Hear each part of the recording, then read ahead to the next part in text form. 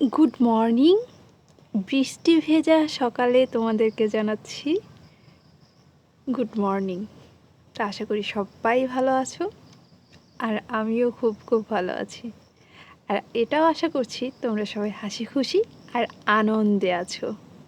তো দেখো, বৃষ্টি হয়ে মানে প্রকৃতি যেন নতুন কি বলবো, নতুন জীবন বা ওদের যে প্রাণোচ্ছলতা, ওদের সজীবতা সব কিছু ফিরে পায়। আর এই তো গতদিনই তো দেখা যাচ্ছিল কেমন যেন একটা মনমরা ভাব, কিন্তু দেখো বৃষ্টি হওয়াতে সব কিছু মনে হয় একদম নেচে উঠেছে। ওদের আসল রূপ যেন এখনই ফুটে উঠেছে। তারপর রুমে আসলাম, রুমে এসেই সকালবেলা 1 কাপ কফি নিয়ে নিচ্ছি। গ্রিন টিও নেই মাঝে মাঝে, কফিটা নেই মাঝে মাঝে, কিন্তু গ্রিন টিটাই সবসময় নেওয়া হয়। আজ কোনো টিপস নয়, আজ তোমাদের সাথে একটা নতুন রেসিপি শেয়ার করব। তো দুপুরে রান্নাবান্নার কাজে নেমে পড়লাম। তো কাঠের চুলাটাকে একটু ক্লিন করতে হবে, তাই ক্লিন করে তোমাদেরকে সেই রেসিপিটা তোমাদের সাথে শেয়ার করব। তো এখন তো সবাই অনেক ধরনের রেসিপি করে, যেমন লিচি ড্রিঙ্ক, তারপর বিভিন্ন জিনিস দিয়ে এখন ড্রিঙ্কগুলো সবাই জুস বানাচ্ছে, দেখছি ইউটিউবে।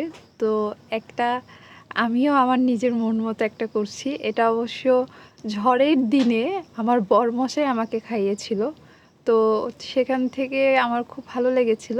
তো ও যেভাবে বানিয়েছিল তা একটু ডিফারেন্ট ওয়েতে গিয়ে আজকে আমি সেটা তোমাদেরকে তৈরি করে দেখাবো। তো চলো দেখা যাক।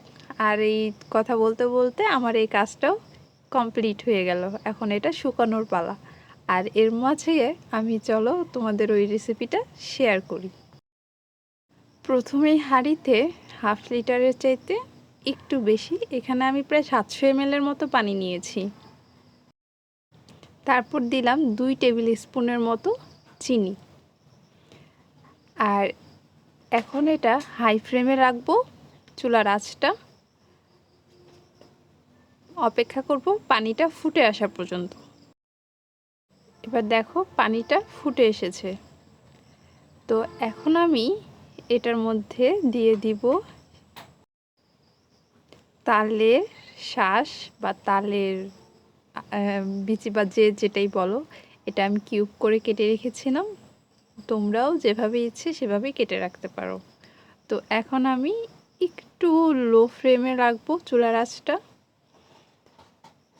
তো এটা তোমরা যেভাবে ইচ্ছা, যত ছোট করে বড় করে যেভাবে ইচ্ছা তোমরা সেভাবেই কেটে নিতে পারো। তা আমি এখানে দিয়ে দিলাম। তো এটা একটু ভালোভাবে নেড়ে চেড়ে দিচ্ছি। এখন এটার অপেক্ষায় থাকবো আবার সে ফুটে আসা পর্যন্ত। দেখো এটা এখন ফুটতে শুরু করেছে। তো এ সময় আমি আঁচটা একটু কমিয়ে দেব। এখন অপেক্ষা করব এই 1/2 লিটারে মানে 700 ml পানিটা যাতে 500 ml এসে পৌঁছায়, বা তার কিছুটা 400 ml হলেও হচ্ছে। এখন এটা একটু পানিটা কমিয়ে আসার জন্য অপেক্ষা করব।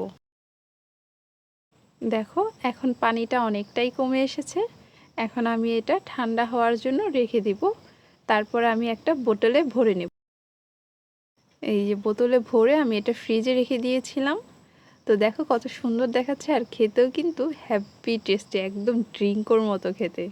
তো তোমরা যদি চাও তাহলে এটা বানিয়ে খেয়ে দেখো। আর আজকের ব্লগটি ভালো লাগলে অবশ্যই লাইক, কমেন্ট, শেয়ার, সাবস্ক্রাইব করে দিও। কিন্তু সবাই ভালো থাকো, সুস্থ থাকো, হাসি খুশি থাকো আর আনন্দে থেকো।